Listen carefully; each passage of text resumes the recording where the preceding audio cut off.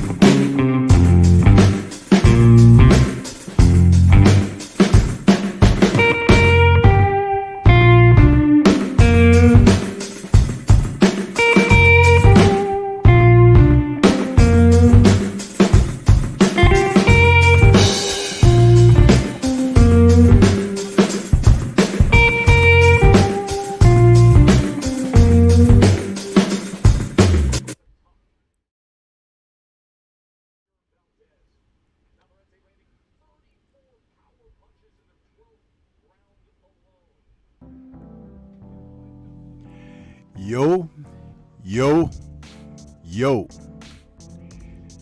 What's good? What's good? It's Stormybman, and I am back. Welcoming you to the post-fight show with Stormybman for this Saturday, August 12th, 2023. And we have just wrapped up a full day of boxing. It has been a tremendous day of boxing. We've seen upsets, we've seen knockouts, we've seen knockdown dragouts. Oh my goodness, what a day of boxing, man, and what a day to be a boxing fan, man. Welcome everybody out there. Please smash the like button as you come into the building. The Navaratte Valdez fight has just ended, where Emmanuel Navaratte won a unanimous decision over Oscar Valdez by scores that read the fight to be officially scored with a little distance between the two men than what I had, but the right guy still got the decision. What a tremendous fight. One for the record books and one for history, as far as when you see championship caliber Mexican fighters go in there and lay it on the line. This was one of the most entertaining fights in recent memory, and we had a tremendous opportunity to witness two men in their perpetual youth come out and really give it a go. I mean, this is what it's all about, man. When you talk about high caliber machismo, huh? When you talk about guys with cojones, huh? This is what it's all about, man. And I just want to say my hat is off to both men. They put on a tremendous show. Though Oscar Valdez lost the decision, he may have gained more respect, notoriety, acknowledgement, and even a fan or two as a result of his efforts tonight.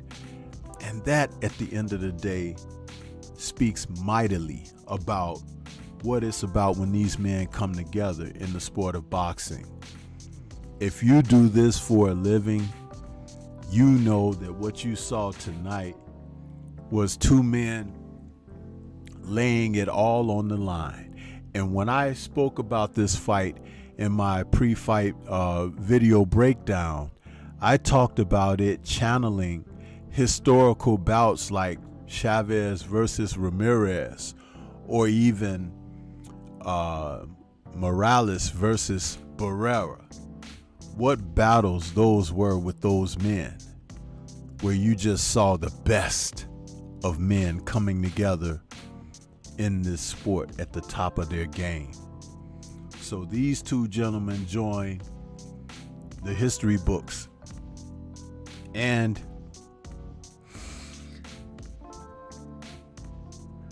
maybe somewhere down the line they may even do it again. Who knows? But it's definitely something to take note and heed of, because this is why we tune in. This is what we look at when we watch boxing. Some people may say no, but when you see something like this, it's hard to turn your eyes away from it. I'm telling you. It's like watching Walter Payton run for a touchdown. Going through guys, going around guys, cutting and back and forth. And, you know, it's like you can't take your eyes off the screen when you see that action taking place. You're like, oh, look at that guy. And that's exactly what it was with this fight. And this fight also had something that aligns in history. I remember the first battle between the heavyweights, Riddick Bowe and Evander Holyfield, for Holyfield's then undisputed heavyweight championship. It had a tug-of-war 10th round that is now etched in the annals of boxing history as one of the most exciting rounds in boxing history. That 10th round between Holyfield and Bowe, people recall that when they talk about that fight. This fight had a mighty 10th round worth remembering. I mean, the two men at one point just dropped their gauntlets and said, here I am, baby, let's get it, you know? And that's exactly how it went down. What a memorable round in this fight. I mean, my goodness. Amazing stuff. Amazing stuff, man. And I was just happy to be able to witness it. Salute to the brother Tay Jones for a wonderful fight call. It was exciting. Everybody in the chat was highly motivated and spirited as what they were taking in. So we all felt it, man. We all felt what we were witnessing. And it was great to share the chat with you guys and ladies, and just, you know, just take it all in. What a wonderful experience that the sport of boxing can be when they get it right, huh? And I spoke about that on Tay's Air. I was like, when they get it right, this sport is better than any other sport in the world, man. Any other sport in the world. And that's my personal opinion, but I'm certain that there are others who may share the same sentiments. Yeah. So let me take a moment to go to the chat and see who's in the building.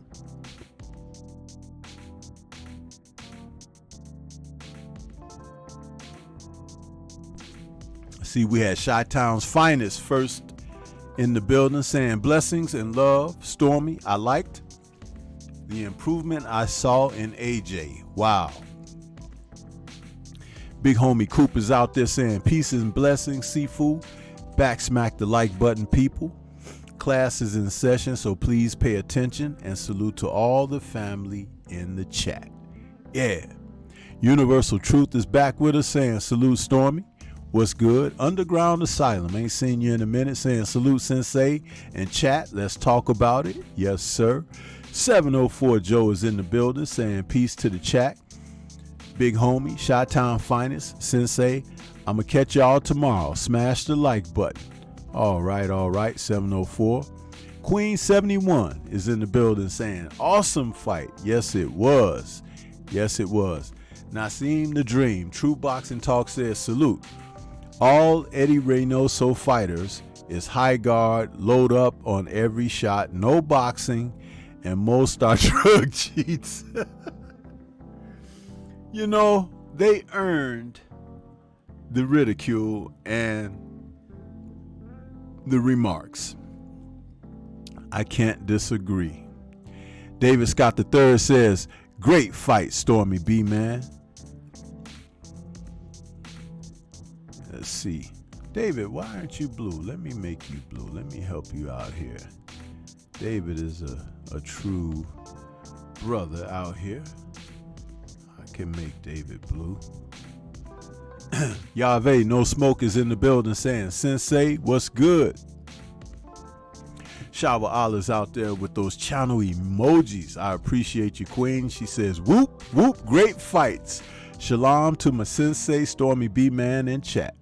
Appreciate that, Shower. Welcome. MP WTF in the building saying, salute Sensei, salute chat family. Yes, sir. ATX. Big Cletus is out there. What's good with you? Antonio MMA, my student, is out there saying salute Sensei. And Sylvester's in the building saying, Stormy B, man, what's going on?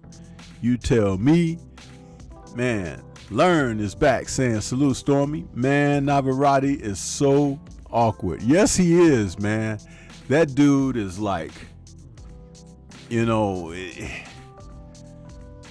super awkward, man. But I'm going to talk about him technically, what he does well that a lot of young fighters today, his peers, don't do. We'll get into that. Watcher is in the building. What's good with you, Watcher? Good to see you out there. Hey, Watcher, on that link that you sent me, man, I got a video premiering Monday morning. Even though the fight has taken place already, I still put it up for Monday morning to do a video on what you sent me, that information. Chilltown Majors is out there. What's good with you? He says that fight was absolutely incredible. Yes, it was, man. Yes, it was. An incredible battle, bro. Incredible. Let me see. Who else we got out here?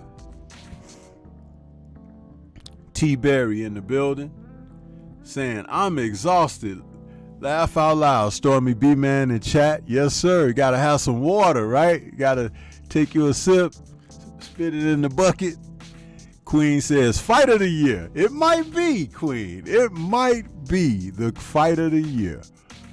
Let's see. Who else we got? Everybody's greeting each other. Yahweh is out there. What's good?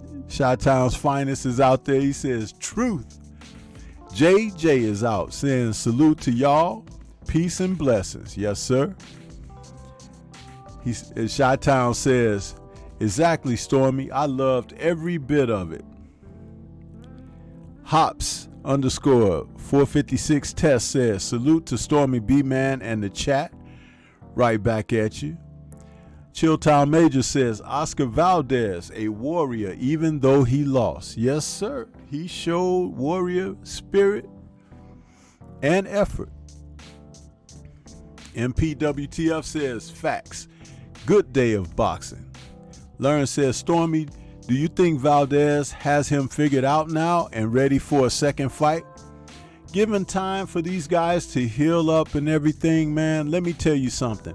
if they fought again, it would be the same. I mean, not necessarily the same outcome, but you're going to see the same type of effort, because those are the type of fighters who bring it day in and day out. They may face guys who are more talented, more skillful, more athletic, but they would never encounter anybody who brings as much will and determination, heart and spirit as they do.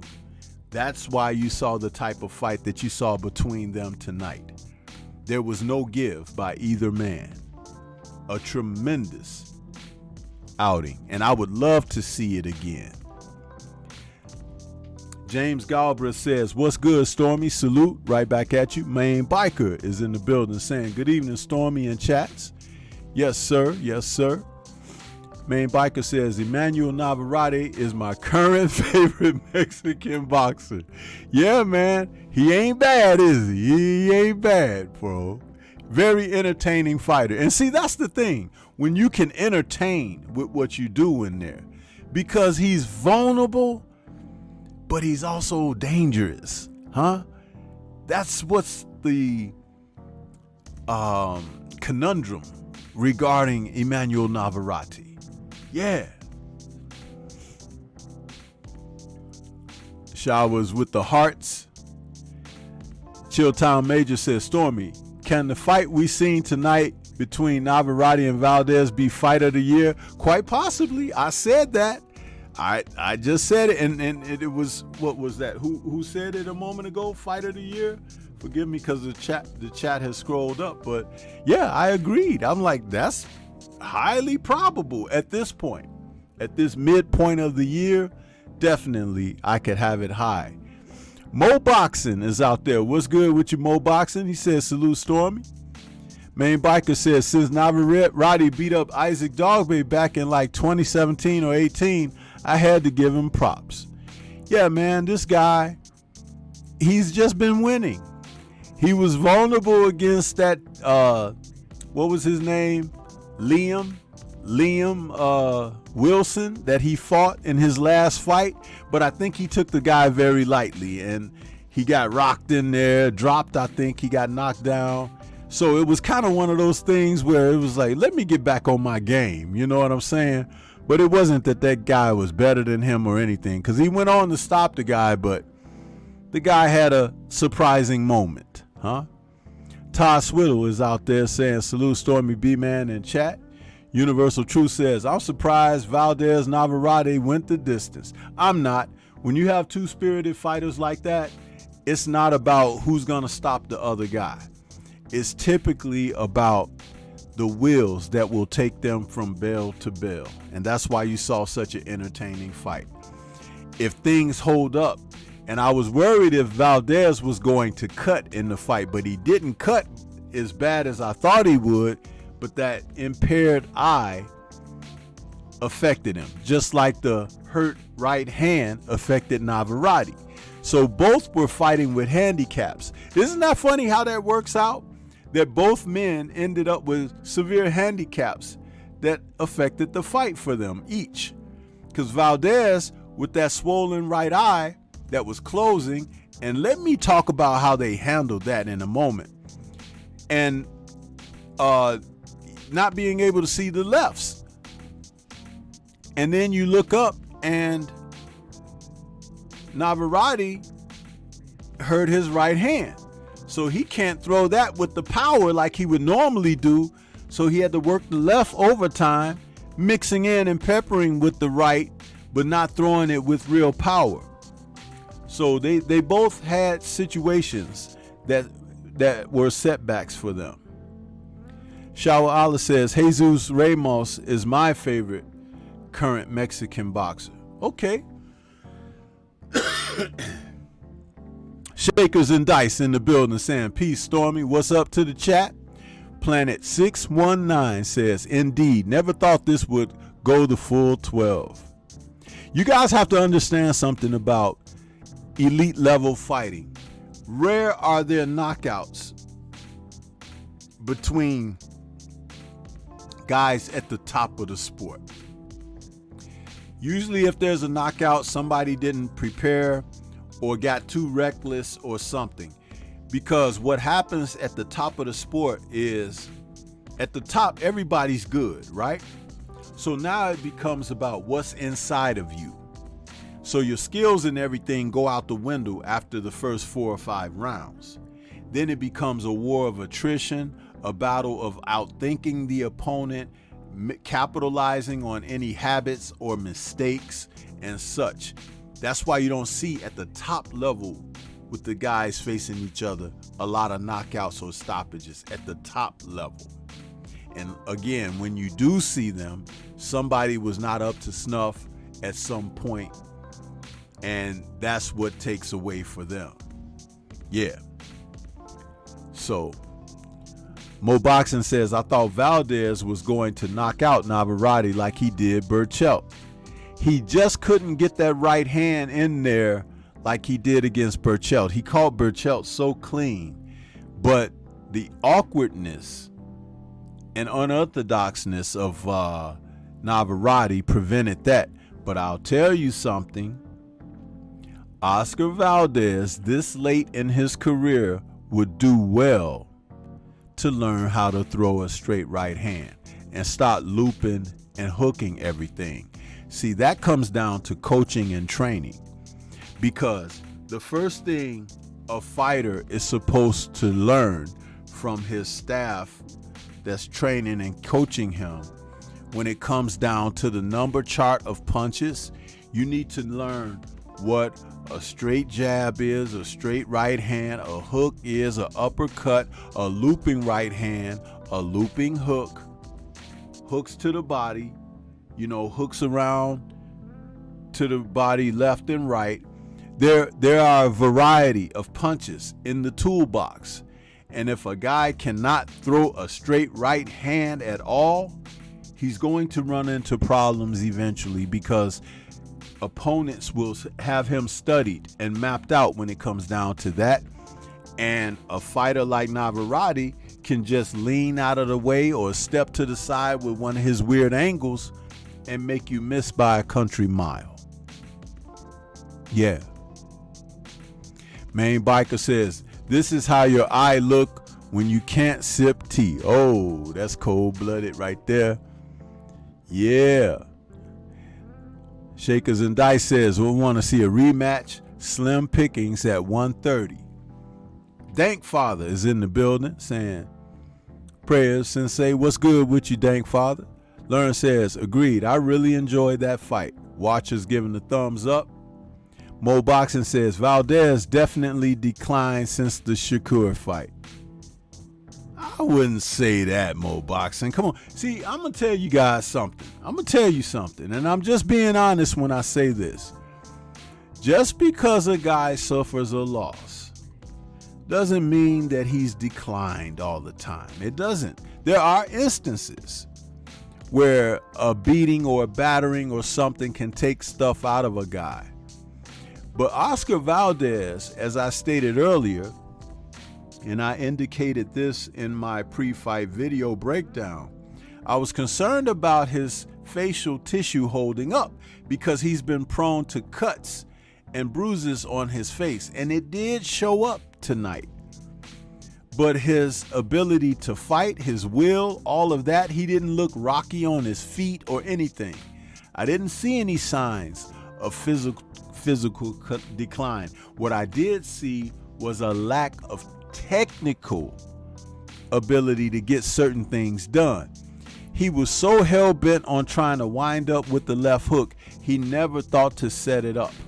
And Reynoso never coached him up to set it up. You set your money punch up, especially when someone is well studied to know that that's your money punch. They're not going to give it to you. So you have to be able to do other things in order to incorporate the effectiveness of what you do best. That's called versatility. And that's where Valdez was lacking on this night.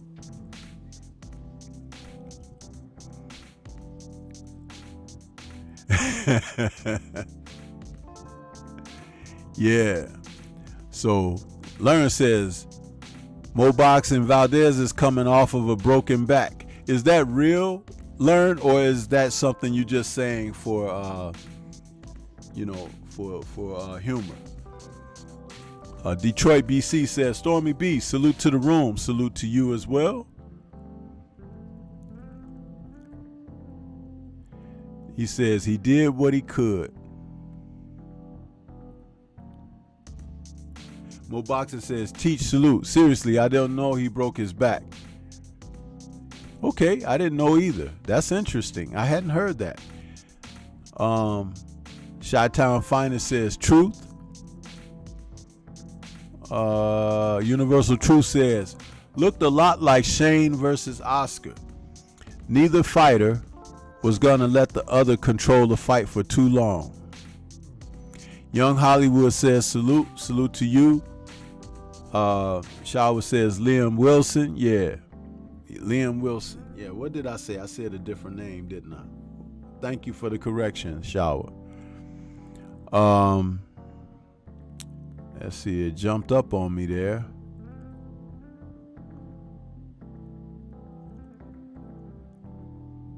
Let's see here.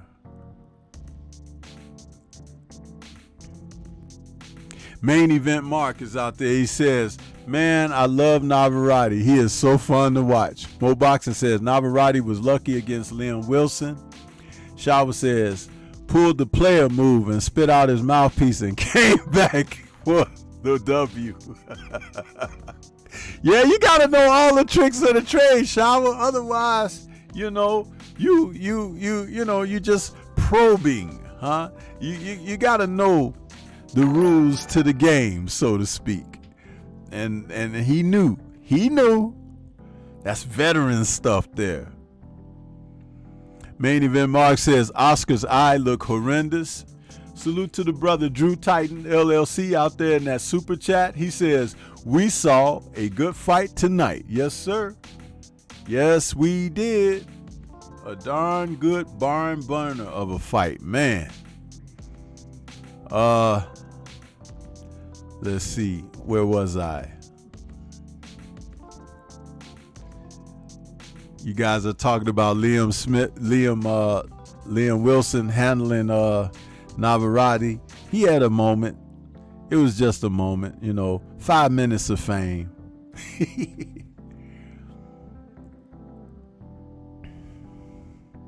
Main Biker says, mainly heavyweights, top guys get KOs versus the best. Yeah, that's because those guys can't get out of the way of the big shots. They're right there to be hit. Unless you find one who's fleet of foot like a Ali or something who could dance around and get the hell out of the way. Yeah. Antonio says Valdez was on them PEDs against Miguel. Yeah, maybe. Or at least that tea, huh? That special tea.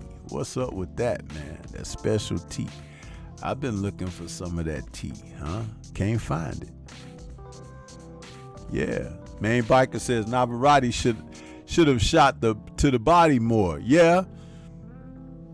Every time he hit Valdez to the body, Valdez was severely wounded. I think that's how he hurt his hand, hitting him on the arm or elbow or something. It happens.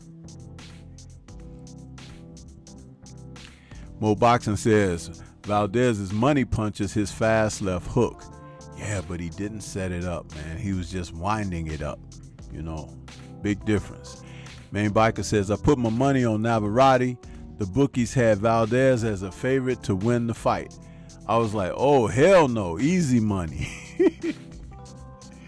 Learn says, why wasn't Navaratte rotating to his right where Valdez's eyes was closed? I was bothered about that, but Navaratte throws punches from weird angles, which worked. Well, also regarding that, Learn, that's Valdez's, that's Navaratte's Achilles. He has poor footwork. And it's hard for him to do those kind of things. But what's interesting is how naturally capable he is of evading moves that are aggressive toward him as far as punches. He can get the hell out of the way of stuff, but if you're asking him to slide in and slide to the left side, he can't do that because his footwork is so jacked up. It really is. He's like a spontaneous moving type of a guy. He'll turn his shoulders, chin up in the air, and lean back and all of this stuff, but it works for him. It really does. So it's something to pay attention to when you watch him.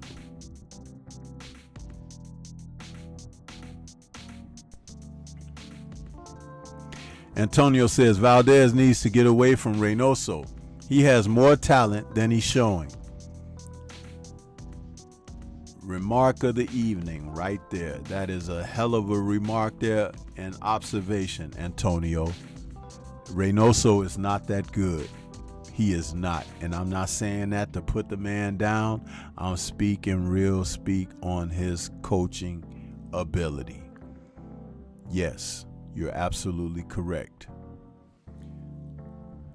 Yeah. So, who else we got here? Main Biker says, Main Event Mark says, Main Biker, I wish I had put my money on Emmanuel. I laughed when I saw the odd.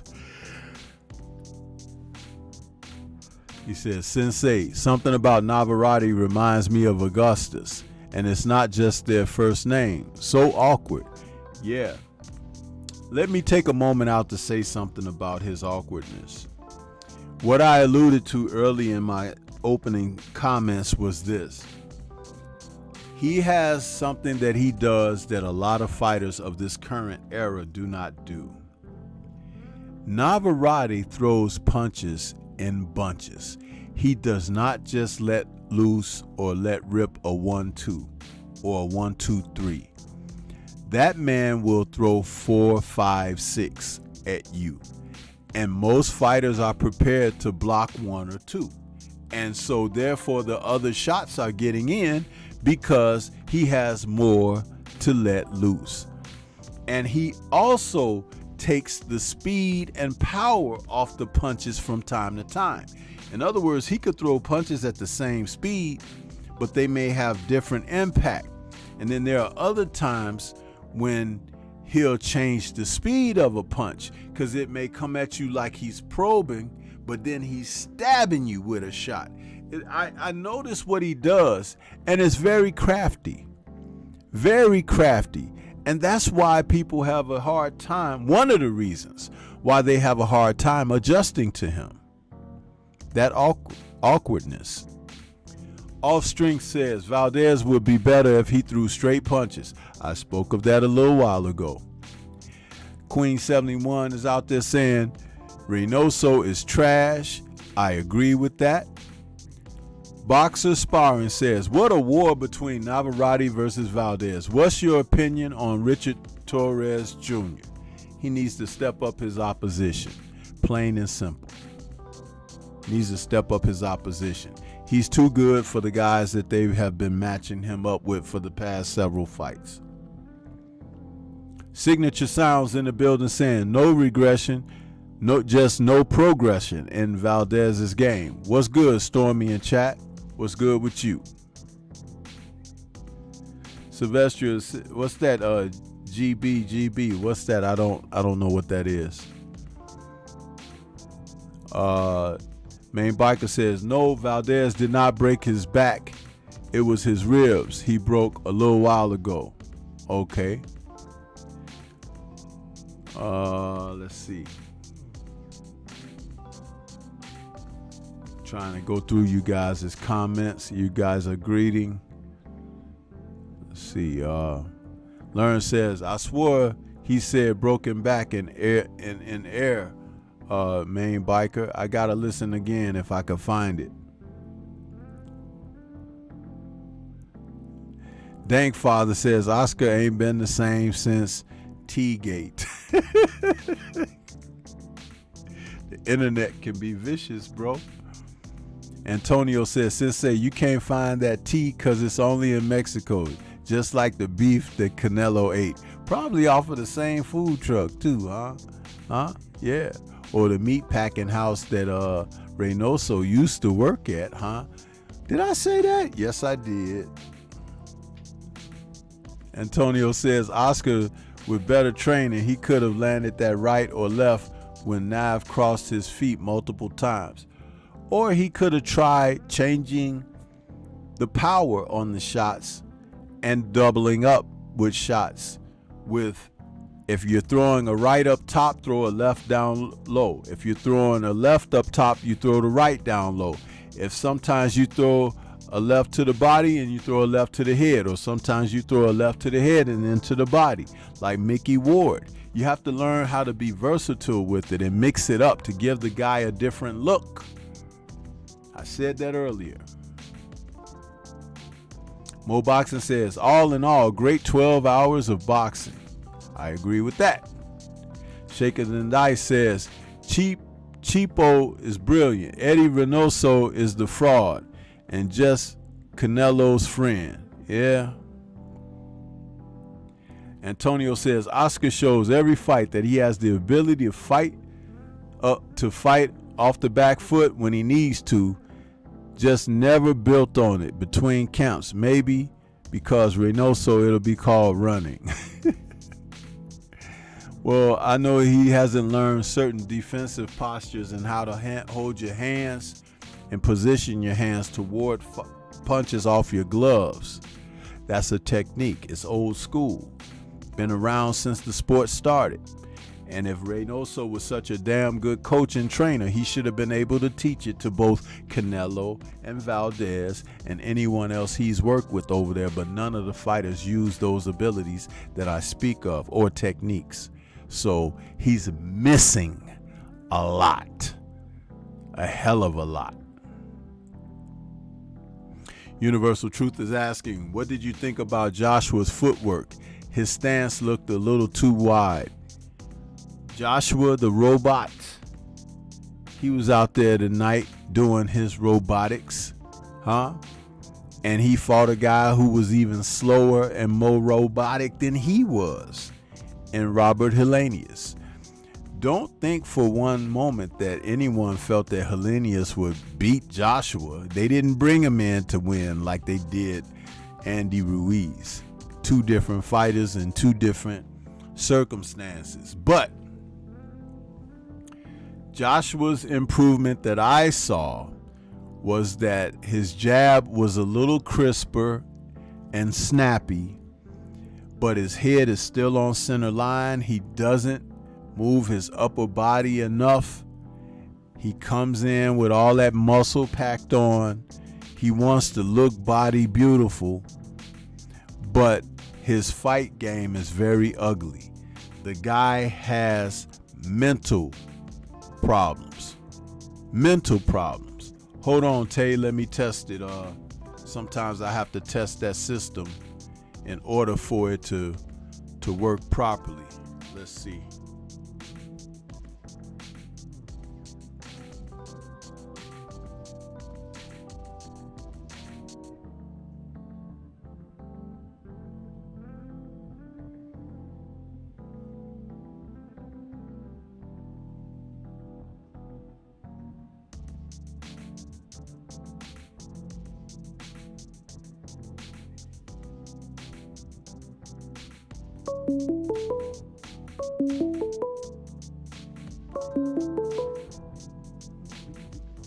Okay, Tay, try it again now, bro. Try it again.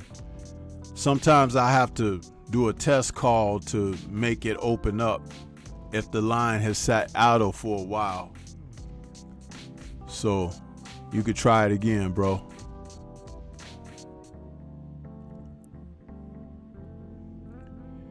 Waiting on the brother Tay Jones to call in.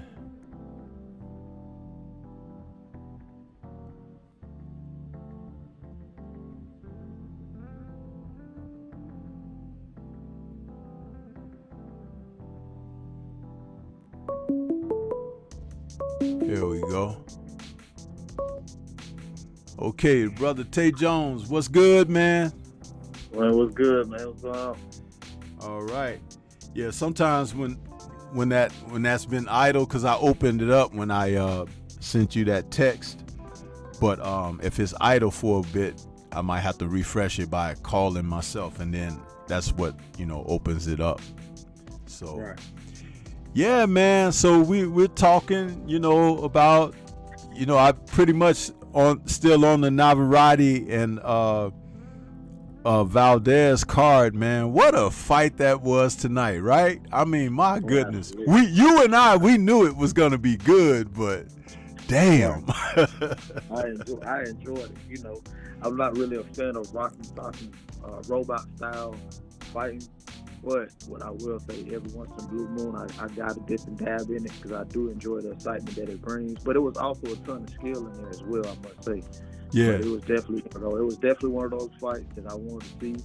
And like I said before, I think me, you, and of course L-Dub, and we was the ones who talked about that fight this weekend. I'm glad we did. Yeah. And let's, because see, now I got you on here, we could talk about it. Listen, man, years ago when Evander Holyfield defended his undisputed title against Riddick Bowe, a fight for the ages, definitely a classic that went down in the annals of boxing history. But hey, you remember that 10th round between Evander and Bowe? A legendary, one of the top rounds of boxing, Absolutely. Dude, we had one tonight in that 10th round between these two guys. Boy, they just dropped the gauntlet and said, let's get busy, didn't they? Man. Yeah, they did, man. They did. They really did. My hat goes off to both of those guys. They really did. That was an awesome 10th round. I was saying, earlier, I had looked at that and I was saying, like, this is what it's all about. And you and I talked about that before I had got off your air, about how at some point in that fight, the two of them were going to do something like that, because when the skills and stuff go out the window, that's all that's really left between two men. And you said that right before you got off. You did. Yeah. And what's also interesting is the final scorecards were a little wider than I had it. I had it kind of close, nearly a draw, because I was giving Valdez rounds where some of the punching by Navaratte was not as effective as it was earlier. And part of that was because he hurt his hand. But the other part of it was Valdez was putting in effort. It wasn't like he was just being beaten up, and I think sometimes the judges can get it wrong when it comes down to certain things. And that's why, you don't want your guys bleeding to death. You don't want your guys with disadvantages like an eye that's nearly closing and stuff like that, because the judges look at you like you're the guy that's getting beaten up. And remember, Arturo Gatti fought a lot of fights where his eyes were cut or damn near swollen. That fight against Wilson Rodriguez, that's a classic, that he came back and knocked Rodriguez out, who had Gatti going with two swollen shut eyes almost. So it's like it can happen, but you have to be able to turn certain things around. And I want to ask you this. Mm-hmm. I had a problem once it was readily apparent in those late rounds, like rounds 9 through 12, when it was looking like Valdez's eye could close. I didn't like the effort of the cut man in the corner, what they were doing. Now, I'll tell you what I mean by that, and I'd like to get your opinion. Eddie Reynoso is horrible. I think, these guys, they're going to not achieve possibilities that can be reached under him. He's horrible. I'll give an example of what I'm talking about. The moment that they recognized that abrasion happened under Valdez's eye, because there's a good chance that he might be one of those guys that blows his nose. That's what inflates your eye duct right away.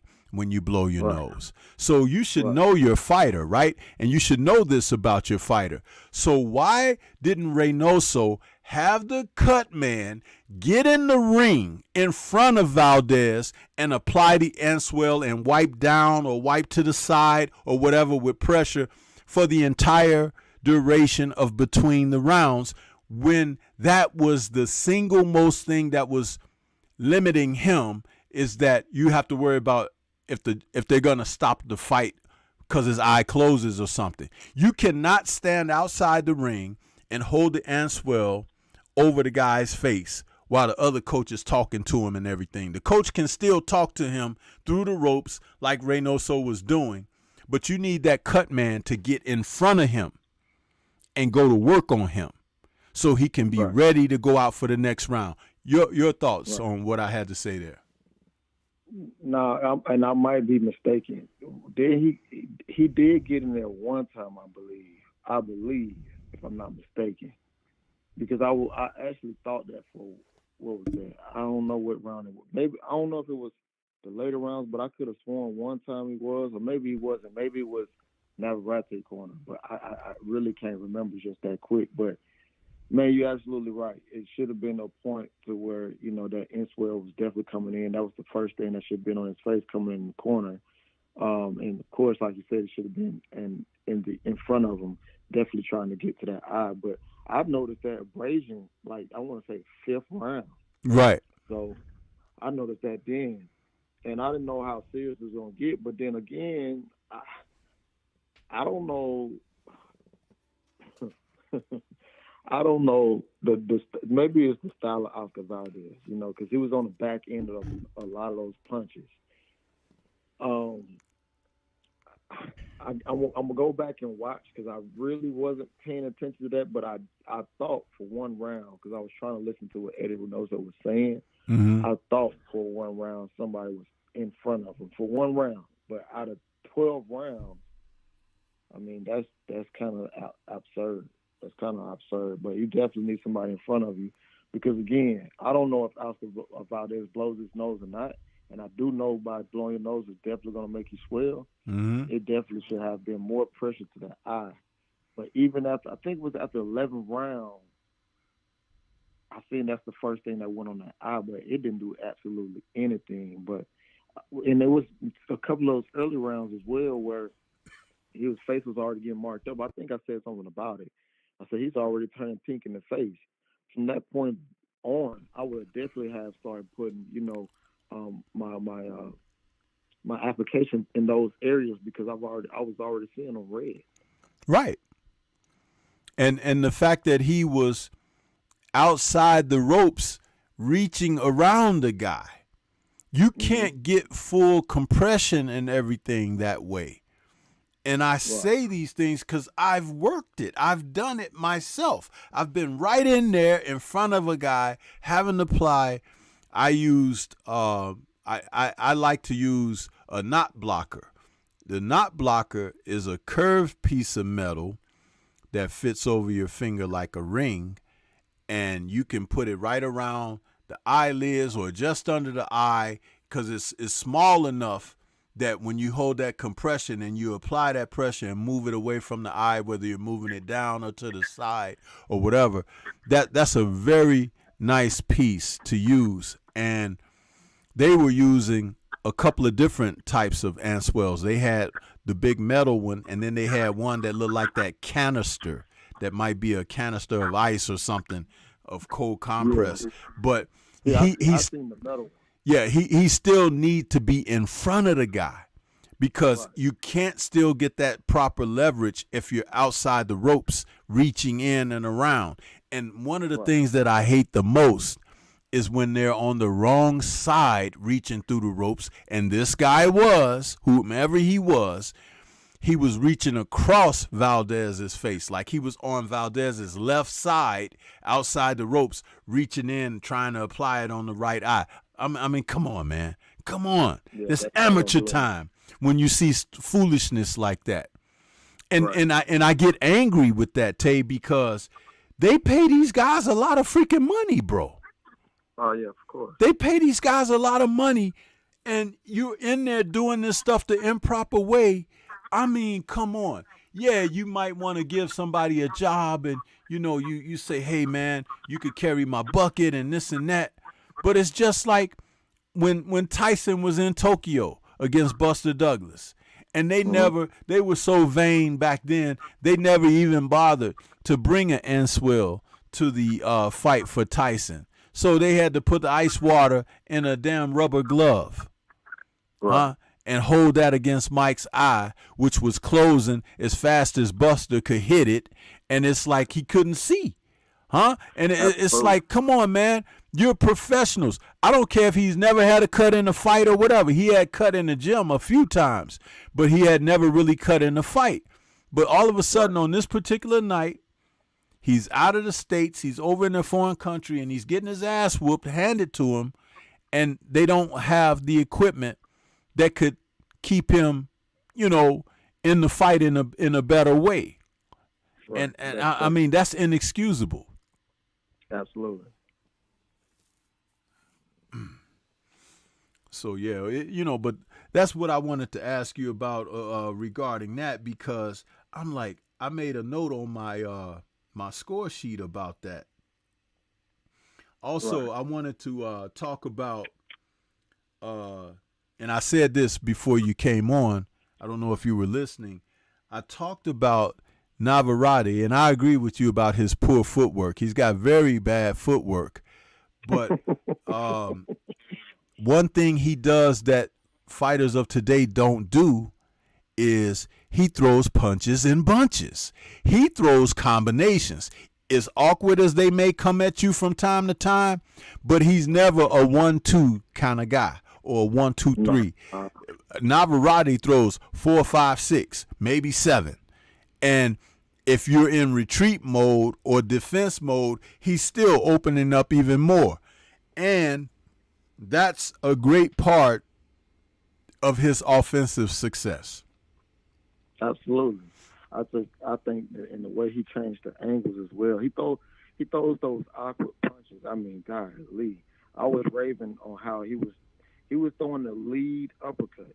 You got to be a bad man to throw a lead uppercut. And he started throwing the lead uppercut after the third round. That's how easy it was to hit Oscar Valdez. Throwing a lead uppercut from a distance at that. That was amazing. To me, it was amazing because you don't see that in today's boxing. You don't see it at all. Yeah. I remember Roy Jones being fast enough to get away with doing that kind of stuff. He used to lead with left hooks a lot, and every once in a while the left uppercut. But that's a punch that you got to be a real not only gutsy guy to let loose a shot, but you also have to be formidable because your opponent is so leery of your power or what you're doing offensively that you're able to get that kind of shot off. You know what I'm saying? So that's another part of that. I also spoke about Valdez. He waited around too much and he didn't have enough variety in his punching repertoire. I had stated that if he could throw a straight right hand instead of looping right hands or right hooks, he could have nailed Navaratte with straight right hands. But he wasn't throwing any. They were all winging, looping, hooking shots, but nothing straight. And that, again, falls on the trainer, Reynoso. Because if you're not doing it in the gym, we can't expect you to do it on fight night.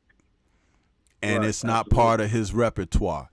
Plus, variety of punches is not a part of his repertoire. He wanted to land the left hook so much that a lot of times he was telegraphing it, and he wasn't throwing shots to set the left hook up. Like if he was throwing straight right hands or right hand leads at certain instances, straight down the pike, it could set certain things up. Also, the variety of punches. I was explaining to the chat earlier. Sometimes when you throw a left hook, You could throw a left hook to the head, but you follow it with a right to the body. Or you throw a right to the head, you follow with a left to the body. You change up the angles and trajectory of the shots because a guy can't block everything. He can block one side or up top or down low, but he can't do it all at the same time. And that's why punch variance is important. And therefore, even when he was throwing the overhand rights and he was missing badly, he was still in position to throw an uppercut, even though he missed. You know, your weight going to transfer to the opposite leg. Yes. Once you throw the overhand. Yes. He could have brought the uppercut left hook or left to the body, and Navaratte would have never saw it. But because he didn't, he was just throwing, like you said, throwing one punch. It was either going to be the left hook or it was going to be the right hook, or it was going to be a right hook to the body.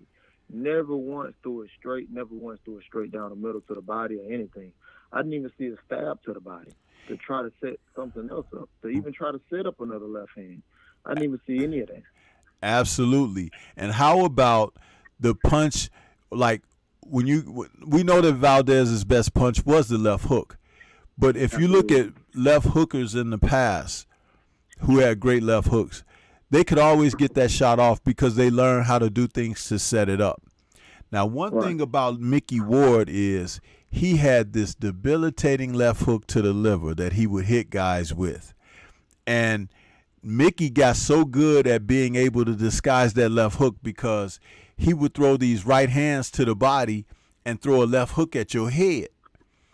And he would follow the left hook up from to the head down to the body just beneath the elbow. You know, it's like he was setting it up. It was like, and a lot of guys went down from that shot because they was like, damn it, I let him hit me, you know, but he set it up. And those are the kind of things, again, if you have a weapon, I have to learn how to take that weapon away from you, especially if that's your money shot, you know. And so Valdez spent a lot of time trying to get in position to throw a big left hook. And without punch variance, you could get fatigue. You're also taking shots in between because the guy can see you and you're open and things of that nature. So that's, you know, one of those things. Again, the coaching, it comes down to the coaching, man. And I'll tell you what, though, after and he threw the shot that I was talking about, and that's I was trying to explain the best I could, but I think everybody caught with of what I was trying to say. It was either that fourth or fifth round, but it was towards the end of the round. Navaratte threw a right hand. Oscar Valdez slipped up under it, like backing out, and he caught him with a flush left hand right on the side of the face. And I've seen him knock so many people out with that same shot. It didn't even phase Navaratte one bit. I said, oh, hell, he in a world of trouble. Yeah. See, I'll tell you, this is the funny thing about a fighter like Navaratte, because he punches in combination, and I said that a moment ago, but he's the type of fighter that your best bet to hurt him definitely has to be body work involved. It has to be, because if you look at how he's built, when he's not fighting, he's enjoying life. In other words, he doesn't even have the body of a fighter. He doesn't. And he's in shape. I'm not trying to even imply that. But what I am trying to imply is that there are fighters that he's faced that haven't invested in the body with him. So that's one thing. The other thing is, for fighters like Navaratte, you have to get your timing in order, because the best time to hurt him is when he's trying to hit you. You have to be able to punch with him. And in order to do that, you have to be in a position to get within a certain range. Now, we know he has very long arms. So if you're at mid-range to full range, you're at his mercy with his power and strength. But you can't tell me that he has the type of punching power that if you're in his chest, he's going to hurt you. because that's not Right. where his power lies. So that thing that I said earlier to the chat before you came on about Valdez needing to learn how to position his hands to fight in close, because he was using high guard, and the high guard is where a fighter like Navaratte, he'll just tee off on you because he's going to punch around it, he's going to punch through it, he's going to come up with uppercuts. He knows how to work that, and all the while be stepping around you a little bit on the awkward sense, because you're covering yourself up, you're blinding yourself to where he is, and so forth and so on.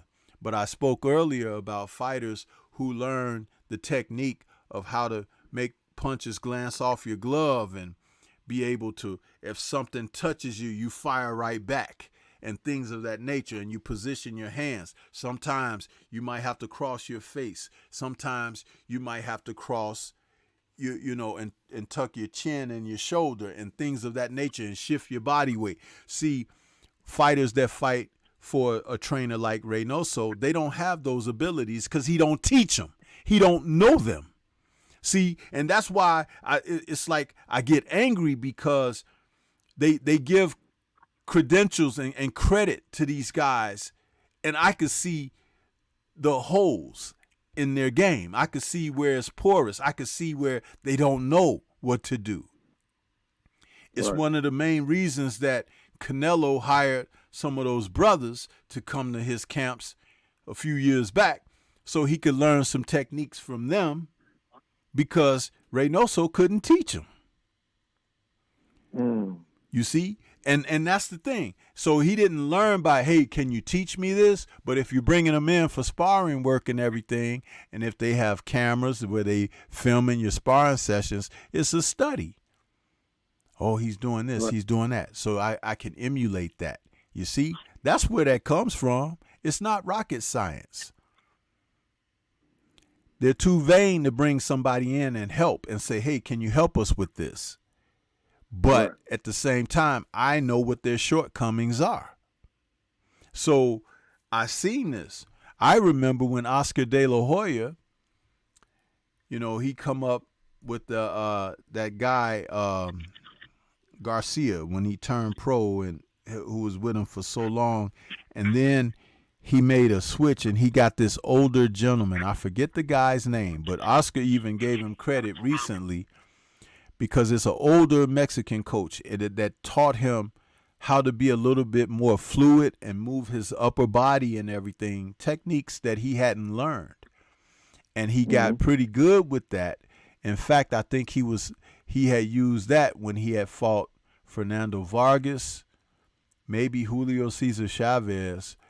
But then he also later got with Floyd Mayweather Sr., who taught him the shoulder roll and that whole aspect of what Floyd Sr. did well. And he picked up those little nuances. And he was able to defend better.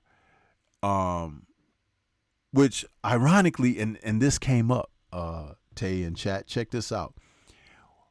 I noticed that when he fought Floyd, of course, Floyd Sr. was not with him for that fight because, you know, his obligations to his son or whatever. But I noticed that when he fought Floyd, he never used any of the technique that he learned from Sr. And I was like, that's awfully dumb. He gave you something. Implement it. Utilize it.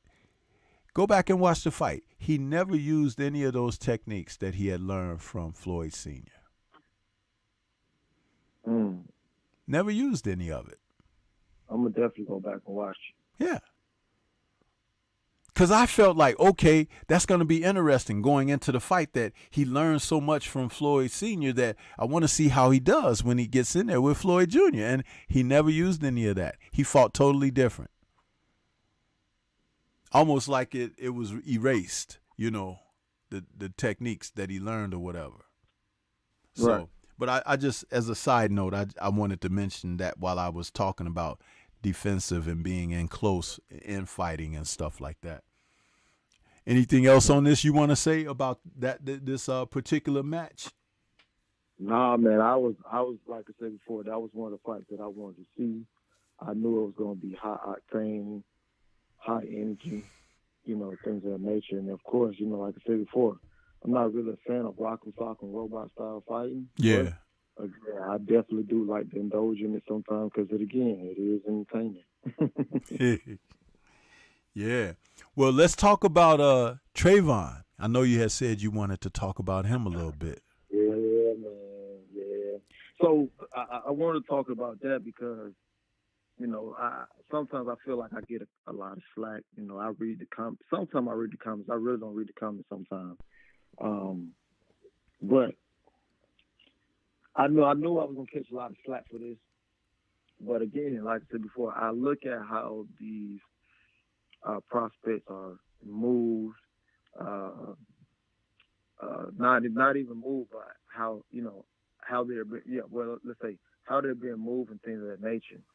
And I see a difference on especially like the mass majority. They might be high on this certain fighter or high on that certain fighter, and I get it. But I knew when I know when I see talent, and that just comes, not even boxing, but just me being in sports overall. I played numerous and many amount of sports. But when it comes to boxing and the talent that I see, I'm not going to say I'm always right, but I'm pretty much 95% like, okay, I can see this guy doing this. I don't really see what this guy doing, but we'll see what happens.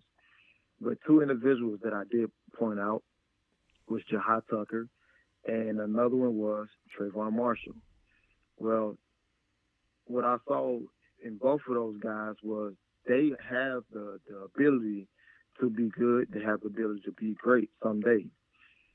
But from what I've seen, I like to see upside, and there's a thing called ceiling in all sports. It's like, you always hear these analysts say, have you touched this ceiling? And the ceiling is mean like that, the capacity. But I didn't see these guys getting better each fight. With Jahai Tucker, it was more so of him. I saw him get better in that one fight. He came alive, and not the fight he just lost, but the fight before that. He fought a Xander Zayas stablemate, and he was actually set up to lose that fight. Everybody knows how it goes when you miss weight for top rank. By now, everybody should know. I mean, the cat is out the bag. You miss weight for top rank, they're gonna throw you in there with somebody. They're gonna throw you in there with somebody who's very, very tough, and that's exactly what they did to Jahai Tucker. I said, well, you know what? That's not gonna end well for Jahai Tucker simply because, well, for one, I'm not gonna say he has a mental lapse in between rounds, but whenever the fight is going, he's definitely getting off offensively. But what's coming back in return, he's not defensively always responsible. And I was like, ugh. And I seen that for like 4 fights because I saw his very first fight. They say he was like this 18-year phenom and things. So I wanted to keep up with him. So I watched and watched and watched. And I said to myself, well, he's good offensively, but when it's coming back in return, he don't like some of that fire that's coming back at him. Now, either one or two things going to happen. He's going to get caught very soon, or he's either going to come down to a tough decision and it's not going to go his way, simply because of how defensively irresponsible he is on defense. Even when he fought the guy from Atlanta, Andre Smith, I believe it is, he was defensively responsible then. He fought another fight where he came off a knockout. Then there's 2 fights after that. They were unanimous decision wins. Did he look impressive offensively? Absolutely, he did. But defensively, he was in the ring with guys that he should have gotten out. Now, it could have been, okay, well, he was in there with a worthy opponent, no matter what the resume was. But there was also times in the fight where I was like, well, Jahai Tucker should actually have gotten him out. Because I'm always a fan of, well, if you're in the ring with trash, you need to go ahead and take it out. Right.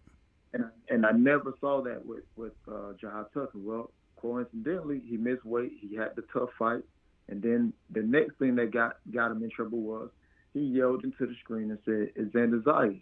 I want you next. Come pick your fucking mans up. Excuse me. But that's what he said. I said, oh, hell. I said, oh yeah. I knew that was gonna cause something because you're talking about one of the premier fighters that Top Rank is pushing. Okay, let's set you up. That's what happened next. They put him in the fight on the recent card, and he lost. It was a close fight, but want to know what came back and bit him? Those defensively irresponsible lapses that he has. That's what caused him to fight. But it wasn't that I was rooting against him. It's because I know that this guy, no matter what that he was fighting, was tougher than the other guys that he's fought. And then I also knew that this guy, no matter what or how his body language is when he's defensively irresponsible, this guy was going to keep throwing. Guess what? He got a unanimous. The other guy won. I want to say split decision or a majority. I forget which one it was, but the other guy won. Many people was like, "Well, he got robbed." I'm like, "No, that's not what happened. He didn't get robbed. He lost the fight simply because he had those defensively irresponsible lapses that he had in prior fights." Yeah. That's exactly what it was. Now, hold on one second, Tay. Keep your thought. I just want to acknowledge this one little super chat that came in from Boxing Fan ×4. He says, and salute to Boxing Fan. Thank you for the super chat. He says, too early for Trayvon to be fighting Barroso, brother. That's what his super chat comment is. Appreciate the super chat. Well, yeah, that was proven. That was proven tonight. But go ahead, Tay. Finish your statement. And even now, and Trayvon Marshall was the second name. Now, there was a ton of people high on Trayvon Marshall. One of the reasons why I wasn't high on Trayvon Marshall is simply because, and I know people going to give me slack because, I talk about the amateurs and things of that nature. That's because I see a lot of these guys come up from the amateurs. In the amateurs, I heard Trayvon Marshall's name. And I want to say it was either right before the pandemic. He fought a guy from my gym. Now, this guy from my gym, he can fight, but he just had got what my trainer Mustafa. So he wasn't all the way developed or had his style, but he can fight. And I seen Trayvon Marshall fight him, and my guy from my gym beat him.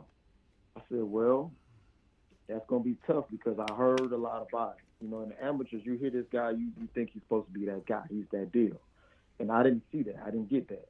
Well, fast forward a couple of years later, now Trayvon Marshall is this undefeated prospect, and everybody's talking about him. He's knocking these guys out.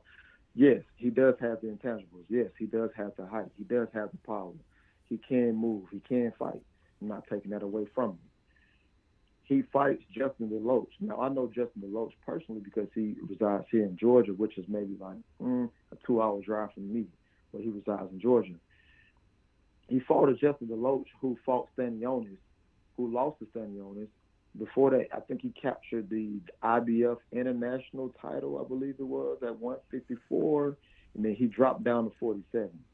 After he fought Nathaniel Gallimore, and Nathaniel Gallimore stopped him. He came down. He won a fight, and I want to say he fought Stanionis and somebody else before. Well, he fought Justin DeLoach. Well, Justin DeLoach also had retired for about 3 years. Now, I know Justin DeLoach was supposed to come to Atlanta to spar, which he never did. And when he fought Justin DeLoach, I said, well, he's catching Justin DeLoach at the right time because I know Justin DeLoach really didn't train for this fight. He just got the weight down to make the weight. And it showed. He got Justin DeLoach up out of there, and Justin DeLoach looked nothing like he did in the Trayvon Marshall fight in any of his fights. I said, well, I didn't say because I don't believe in luck. I said, well, he just got him at the right time. But only time would tell. And then they throw him in here with Gable Maestri. Well, I don't think that much of Gable Maestri because Michael Fox, if you ask me, schooled him. I believe that Michael Fox won that fight. And I do believe that he should have captured WBA that night. It didn't happen, right? But we're talking about a guy, Gable Maestri, who's a two-time former Olympian. We know that. This is a guy who's been in different foreign countries outside of the U.S. and even coming to the U.S. competing in the amateurs. Trayvon Marshall don't have that type of pedigree. Yes, he's a 7-0 prospect. Yes, he's tall. Yes, he's long. He got the reach. He got power. But that can only take you so far compared to a guy who has that type of pedigree. And that's exactly what you saw. I mean, it was a mistake that he never saw the overhand right coming. But guess what? It landed, and it affected him very, very bad. And you saw the end result. But Yeah. I saw how it was going. I saw the play out already because the way they was moving Trayvon, I'm like, yo, listen. I don't know if y'all know what I know, but you should have moved him that fast. But it's even messed up now because outside of Jerron Boots Ennis, well, PBC don't even have Jerron Boots Ennis. Now that Earl has lost those titles, what 147 pounder can you depend on from the PBC? Right, right. And you know what? You just made me realize, Maestra, that's the guy that Michael Fox actually beat, right? And he tried to Yeah, cheat. He tried to cheat Michael Fox with the the skin skimming glove. gloves Yep. and the bad hand wraps and all of that stuff. And Michael Yep. dropped him and everything. And Yep. Absolutely. yeah, and I didn't put the name together because it just, so many names in boxing. I hadn't even thought about that. So Micah really put a whooping on that dude, and they cheated him out of the decision. Right. So And but you want to know the difference between those two fights? The difference between those two fights is that Trayvon Marshall only had 7 fights with limited pedigree leading up to that Olympic style, the Olympic pedigree that Maestri has. Whereas to Michael Fox may not have accomplished the Olympic pedigree. He may not have accomplished what those two guys may have accomplished in the amateurs, but Michael Fox already had like 14 or 15 fights, right, seasoned veterans in front of him. So he could compete no matter if he was ready or not. And it showed that night. right, right. Plus, he was getting that good work in the gym with a Absolutely. lot of with a lot of named fighters. Because I remember Absolutely. his dad was telling us that because he came on that show, on Drew Titan's show that Sunday night with us, and we were all having a great conversation on him and what he had been doing. Because they thought that they were picking him as an easy pick, like they caught dude tonight, Trayvon. But Michael was ready for him, and Right. he really boxed his pants off. And that's also where that bad that bad judge who was in with the WBA sanctioning body president or whatever, she was his girlfriend or something. Remember Absolutely. all of Absolutely. that Yep. nefarious stuff that went down about that? We covered that. I forgot this was Absolutely. the same guy. My goodness, Absolutely. I forgot. Absolutely.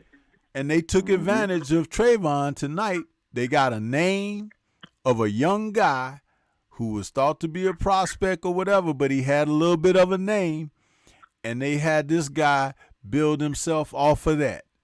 Man, this sport Yep. is dirty, bro. This Yeah. sport is Yeah. dirty. And like I said before, and if I was, if it was me and I was, the head of PPC or the guy doing the matchmaking, I would have never let that happen. Yeah, Especially when my main guy just lost all 3 belts. No matter if he moving up to 54 or not, it didn't matter.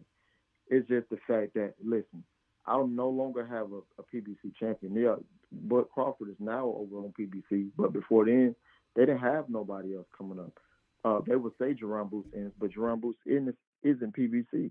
You see what I'm saying? So who do you have realistically over at 147 now?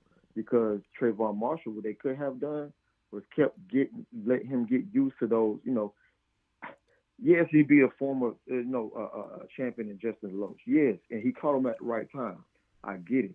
Okay, well, I'm going to say take a step back, but let's get somebody who may not have this Olympic pedigree, but I know you can beat him. I'm going to put you in there with him, and I'm going to continue to keep building him.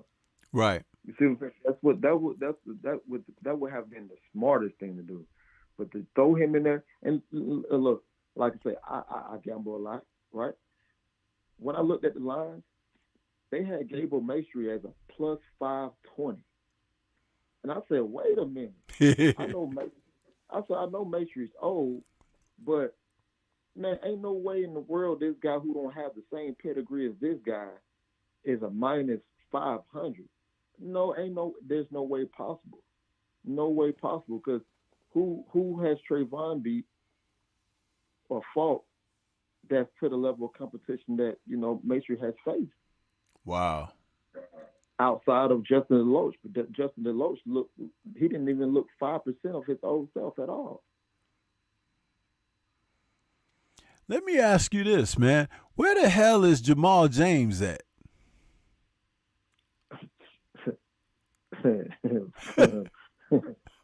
Fighting one time a year. That guy, man. You know, I got my own special nickname for him. Tay, I call him the Pink Panther. Because Why you talking about? I call him the Pink Panther because the way he boxes, he prances when he boxes. It's like it's not nothing real solid or whatever. And if you put pressure on him, you know, he kind of folds up. It's funny to me, but yeah, I used to make jokes on him and stuff like that. But that's the nickname I've given him. I even had the theme song when I was talking about him. I had the theme song playing, you know, for the Pink Panther. But I was just thinking because that's a guy I hadn't seen, and I remember he fought when it was it? I forget who card it was, but he recently just fought though, because Cody Crowley was on that card as well. I forget who card it was. Okay, I missed that then. I missed it because it was recent. It was recent. I forget who card it was, but Jamal James was on that card. Cody Crowley was on that card as well. I just forget who card it was. And realistically, that would have been a good fight for Trayvon Marshall. Yeah, that would have been a good fight for him. Yeah, anytime you can face, if you have a young guy like Trayvon who hasn't had a lot of rounds and pro experience under his belt, you want to get him in there against somebody who can give him rounds and somebody who's not necessarily going to take him out. You know what I mean? Because he has to get the experience of going rounds and knowing what it's like to get to a certain point in the fight. You get your second wind, to know what it's like when, you know, you just hit a guy and he could take it and stuff like that. I remember when Shakur, prior to him getting that first belt at 130, I remember him facing off against certain opposition. And though he was looking good, I was saying Shakur need to fight guys that's going to give him rounds so he'll know how to behave later in the fight and learn what to do, you know, under resistance. And then he's going to need guys who are going to come after him. And shortly after I said that, Top Rank had matched him up in a couple of fights that he came through those situations with flying colors. I think he fought 2, if not 3 fights in a row when I have originally suggested that. And then he fought that guy Nakatila, okay? And the Nakatila fight, remember, Andre Ward and Tim Bradley were criticizing him in that fight because he didn't stop Nakatila, but he dropped him a couple of times, and he boxed pretty good.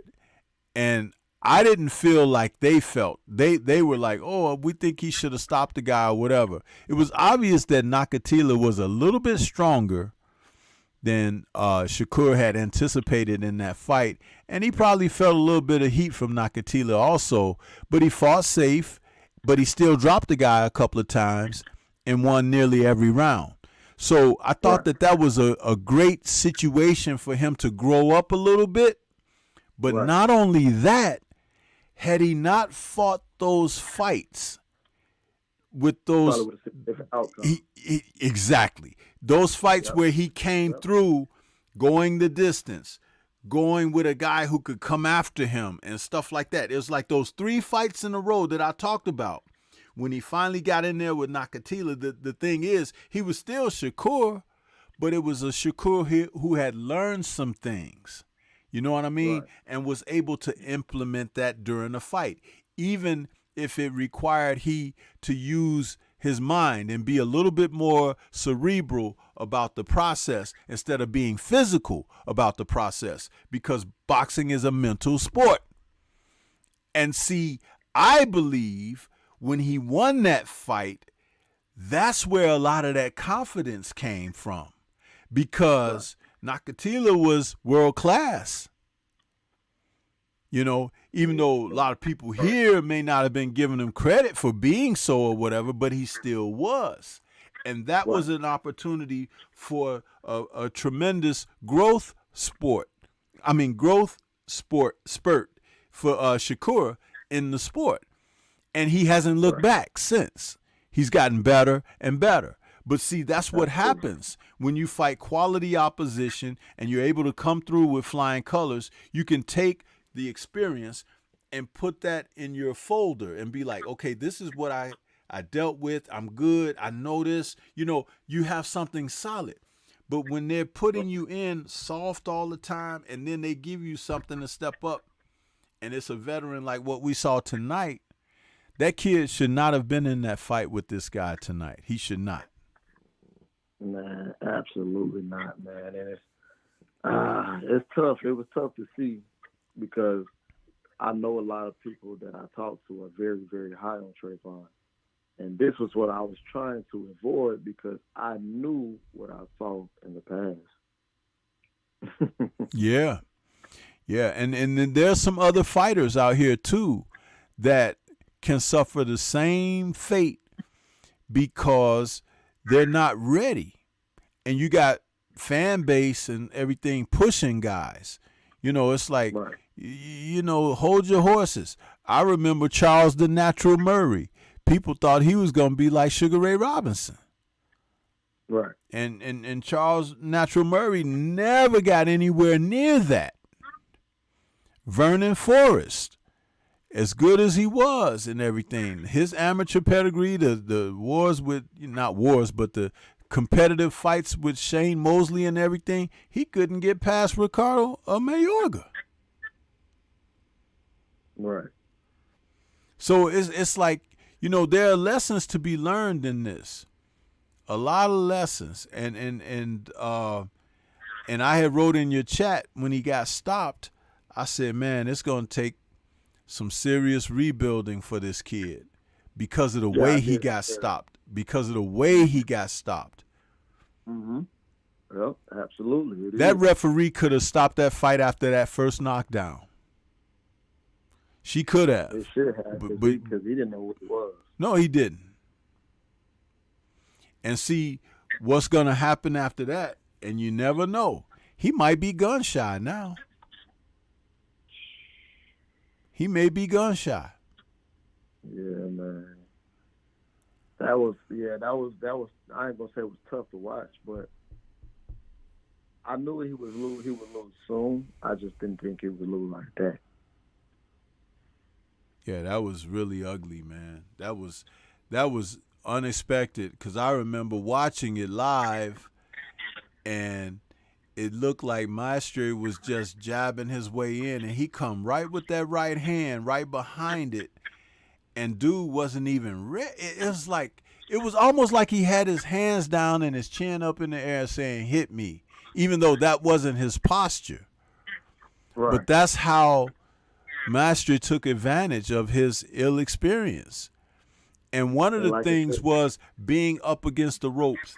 And that was very near the area that I call the triangle, the Bermuda Triangle. When they catch you in that Bermuda Triangle and you don't know what to do, that is exactly what can happen to you. You get cleaned up. And it was crazy was I didn't even see the right hand. Yeah, it was fast. I didn't even see him throw the right hand. I just see him go down. I thought he slipped, but he did. Slipped right into that punch. Man, it was ugly, bro. That was ugly. And there was, after that knockdown, before the stoppage, there was another sequence where he had him up against the ropes, and Maestre threw this left hook that missed. I'm so glad that left hook missed, Tay and chat, because if that shot would have landed on that kid, he would have been knocked unconscious and had to go to the hospital or something. Yeah. It just barely missed his chin, like by an inch. I was like, whoa. When you go back Yeah, and watch man. it, you'll see exactly what I'm talking about because the camera was right on the side of him while he was up against those ropes, and dude was opening up on him, and he threw this left hook that just missed his chin. He Right. landed a right hand after a couple more punches that had put him down that second time, but that left hook that missed, it was a clean shot that he was totally vulnerable when it was thrown, and that would have been totally ugly to see something. It would have been like when Ray Mercer had Tommy Morrison up against those Oh ropes. yeah. Yeah. Yeah, Exactly. Mm-hmm. because he was totally defenseless. Yeah, man. I just I hate to see it, but you know, I spoke on it before. You know, and I because I sit back and watch how certain people are moved. You know what I mean? Mm-hmm. And I never did agree how those two guys were being moved. And I said, hey man, listen, sooner or later those guys gonna get stopped, or not even stopped, but beat. Man, that was awful. But Yes, sir. before I let you go, we got to talk about AJ. You know, he fought earlier in the day and for the time zone and everything. He took on Robert Helenius, who was a late replacement for the original opponent, Dillian White. Pop dirty again. And Helenius was there to be exactly what he ended up being, I think, in my mind. He was an opponent. Mm-hmm. They made certain that they didn't get a guy who was talented enough to even try to win. But I think Helenius was happy to get that payday, I'm sure. But Right. he didn't fight with resistance. I noticed that. My personal thought. I noticed that he wasn't being as offensive minded as he could have been, but not that he's a great offensive guy to begin with. He's a big man and covers a lot of real estate, just like Joshua does. But I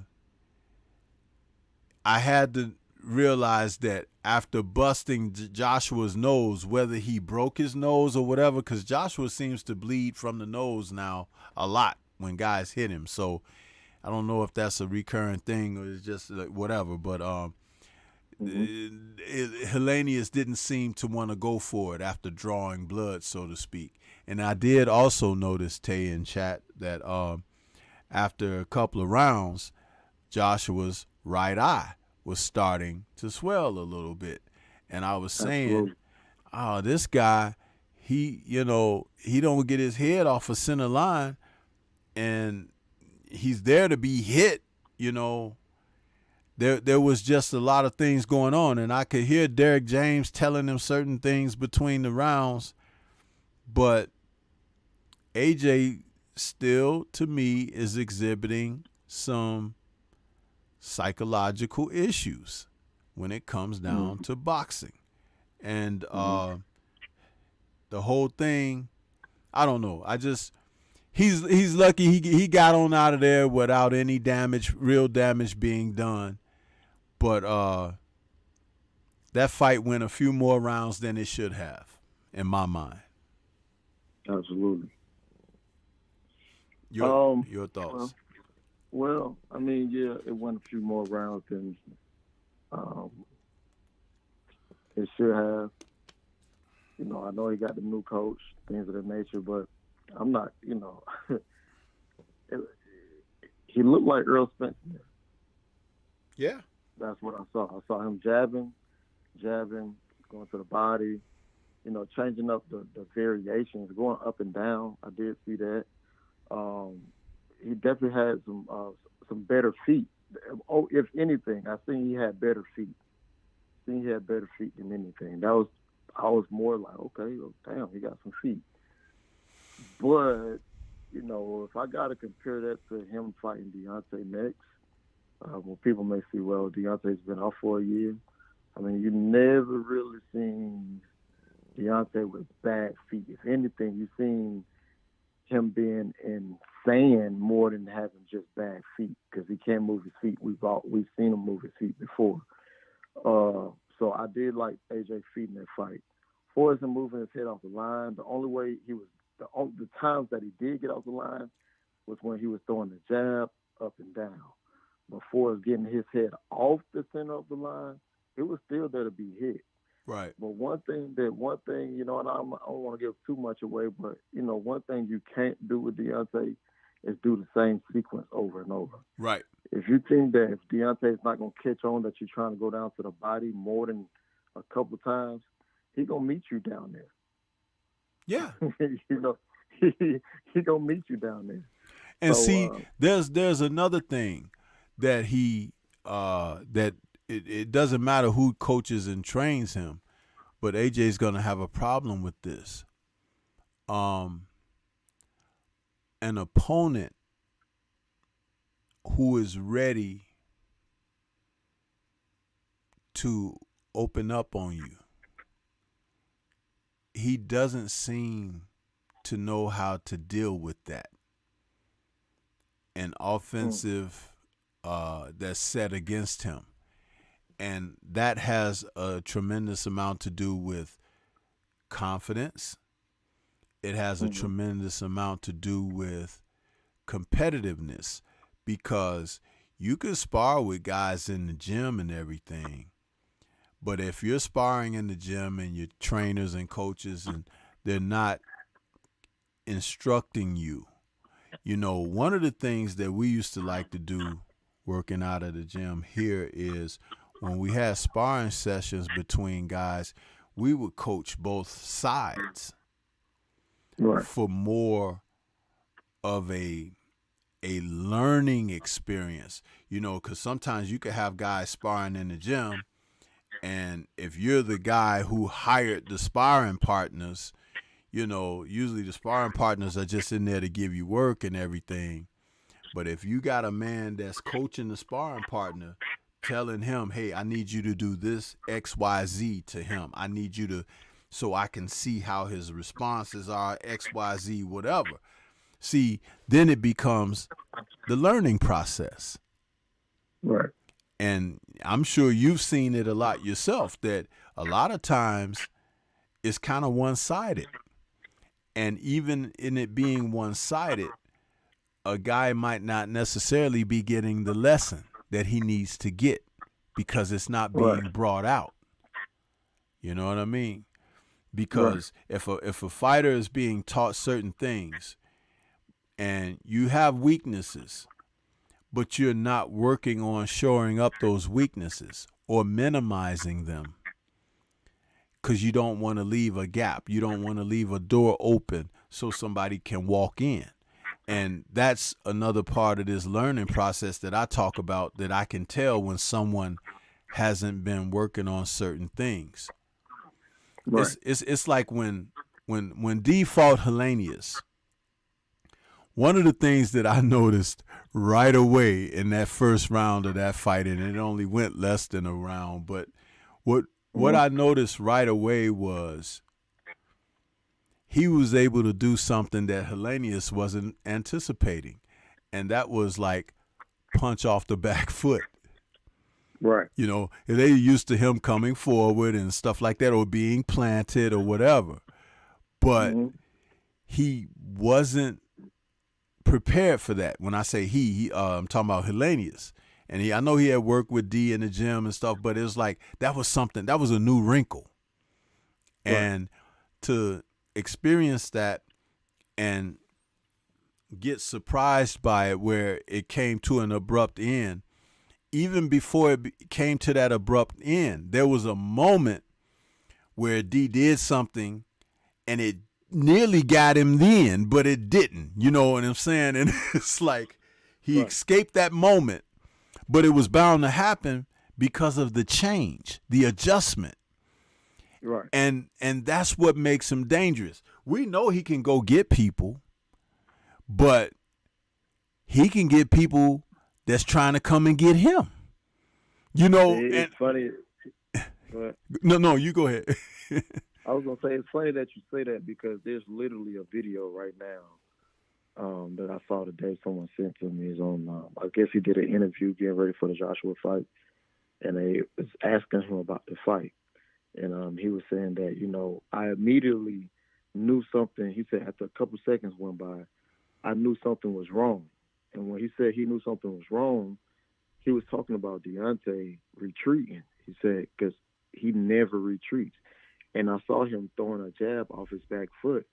So he said, I knew something was wrong, but I was, we had game plan for to go get him to come forward. Right. And he said he came forward and got caught. But, and I'm telling people this because there will be so many people say, well, he don't have a boxing IQ. He can't fight. He can't fight going off the back foot. Well, that's what happened. He knocked him out off the back foot. Not only did he knock him off the back foot, that whole thing was structured in camp from Malik Scott. I mean, couldn't draw it up any better. When we did the final walkthrough, that's exactly what happened. You got the same result that you got in the last walkthrough, a sparring, and in the fight. The same result. Nothing was different. And that was the most exciting part and crazy part to me, because how Malik drew it up was the same way it was implemented in the ring. It was amazing, man, because he never even got full extension on the punch. It was like, it was short, let's just say, like, if he had got an extension on it and hit that guy, he could have really hurt him worse than he did.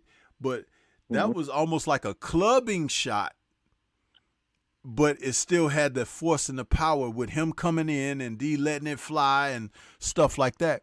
So it's like, but see, people who, if you're sitting up watching boxing, like the fight we saw tonight, this last fight, Valdez and Navaratte, those are two men warring, going at it. It's like, oh, you could turn your brain off and just be entertained by action.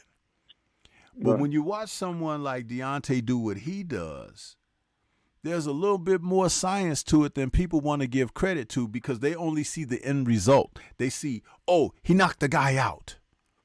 Right. But he's knocked guys out that, and I've said this before, and it's been said before, you don't knock out all the people that he's knocked out without having ability, because you got some folks who will come out to survive, because they know your body of work. They know you knocked out X amount of guys and everything. It's like, well, I got to protect myself. I got to, do this. I got to do that. So it's like, and I'm sure there have been men out there who were, King Kong was one of them.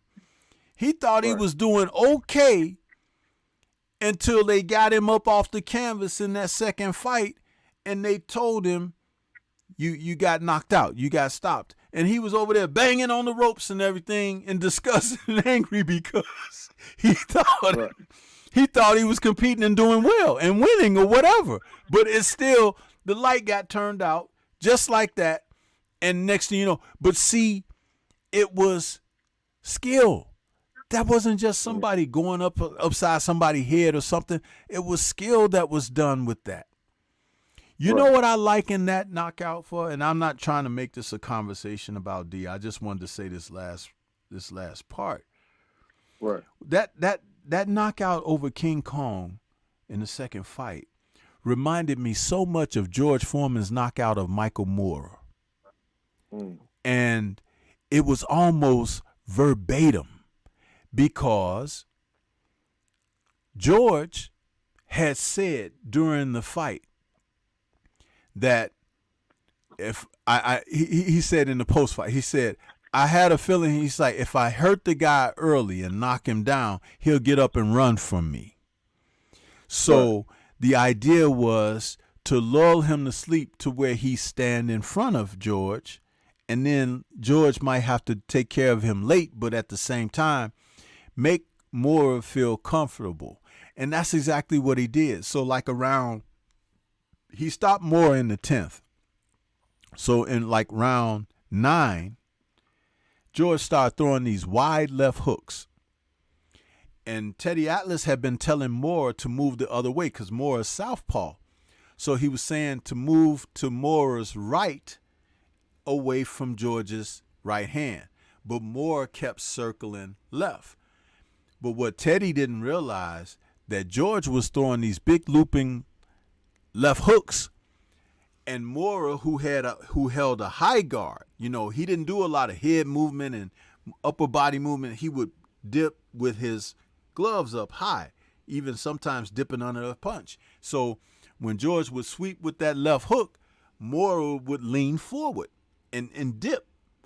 So in the 10th, after throwing a series of left hooks like that in the 9th, George was shooting a jab. Right. Boom.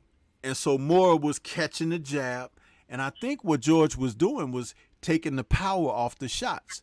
So he threw a 1-2 and Mora didn't move. So he followed it up with a second 1-2, but that second 2, he put power on it. And it went straight through his guard, hit him on the chin, busted his mouth open. He went down. He was out. When D stopped King Kong was coming in at him because he had been jabbing him in, you know, with that southpaw jab. But D had stepped back near the ropes, and he stepped in with that shot again, and D turned him where King Kong was near the ropes. And then he threw like a feint of a left jab just to blind his eye and let that right straight down the pike on his forehead. Boom! And the fight was over. It was such a skillful moment that I immediately attributed to like what happened with Foreman and Mora. And I'm like, that is done with know-how, experience, and skill. You can't do those things with luck. Right. It was precise. And I was like, holy crap. It really, I had saw that at a movie theater. I bought my tickets to watch that pay-per-view at a movie theater out here by me. And so I saw it on the big screen. And when he hit him, the camera angle when it was live was behind D.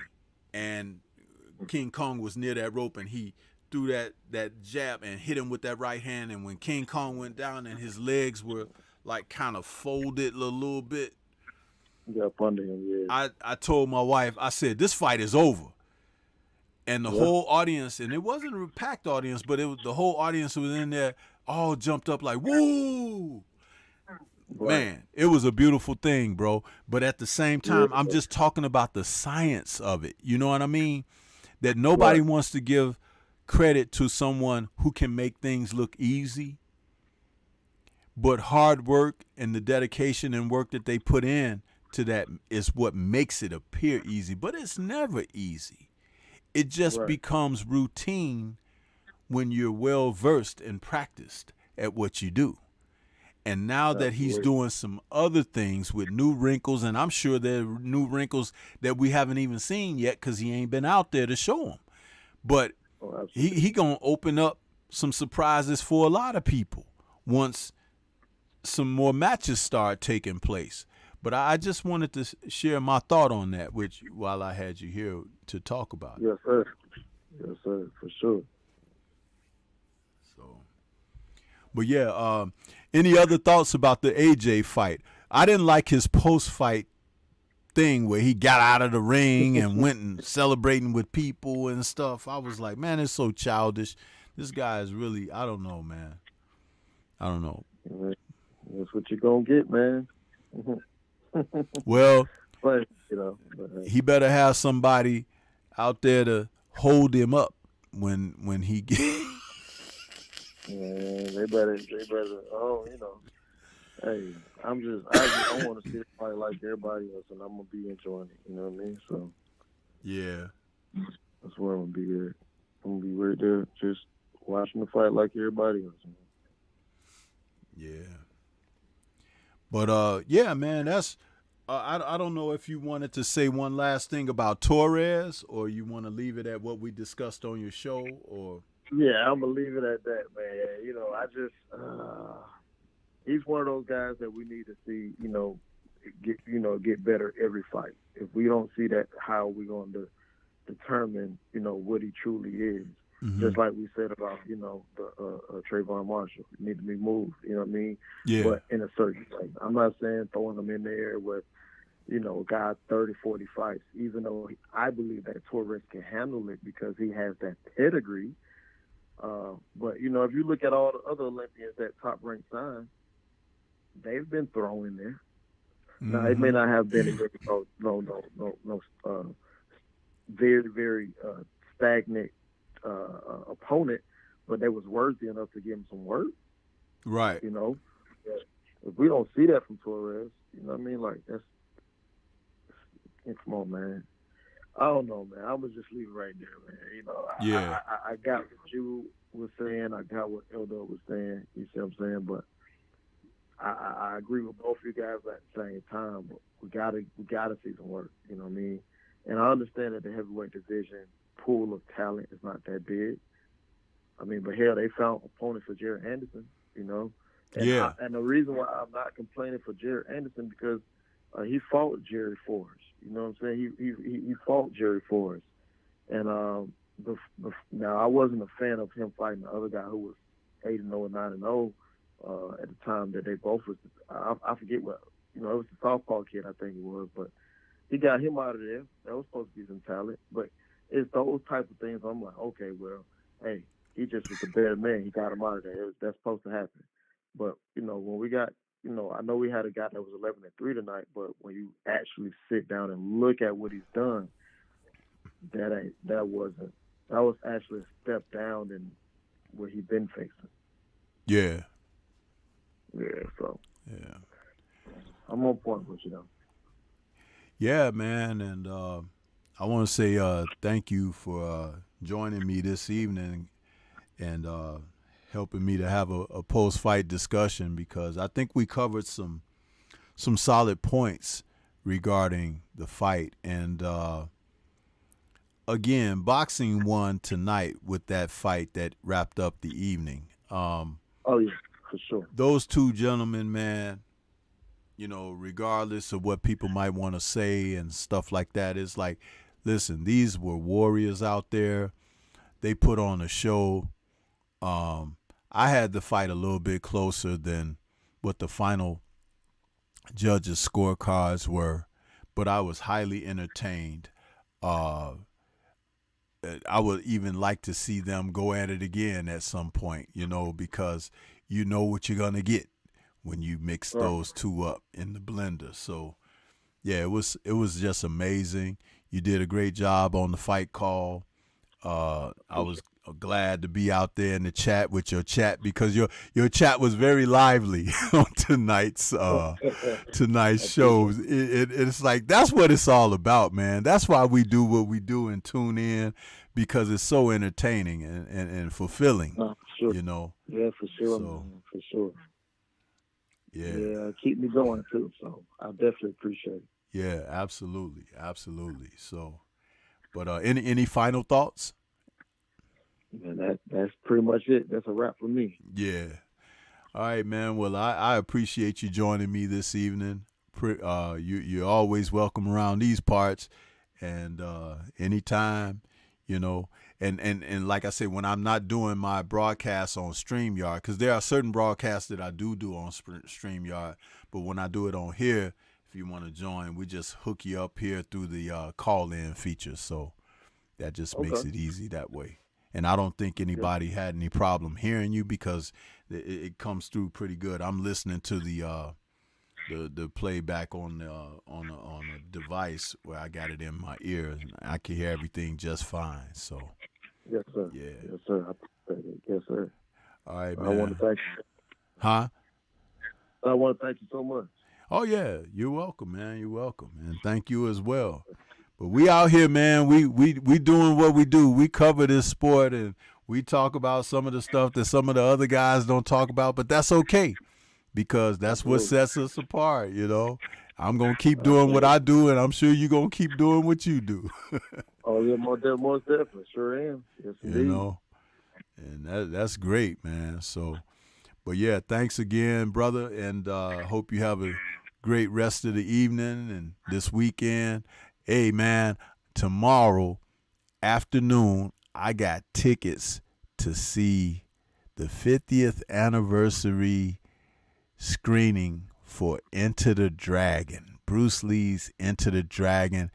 Is 50 years since the movie dropped, 50 years since he passed in 1973. The film has been remastered in 4K. The 4K Blu-ray is coming out this month, I think around the 20th, but I got tickets to see it. It's a special screening across the AMC theaters throughout the United States. So in certain areas, you know, people who are fans can go and check out this movie that hasn't shown in the theaters in over 30 years. So that's what's making it. You know, I'm a kung fu dude, so I'm gonna enjoy myself tomorrow afternoon. Yes, sir. Man, you enjoy it, man. I definitely would love. I wish I was going, but definitely love that for you, man, for sure. Yeah. So, but hey, man, thanks again, and have a great evening, and we'll have to link up again soon. We'll have to link up. We will. Yeah, for sure. We will do it again. All right, brother. Take care, man. Right, take it easy. All right. Same to you.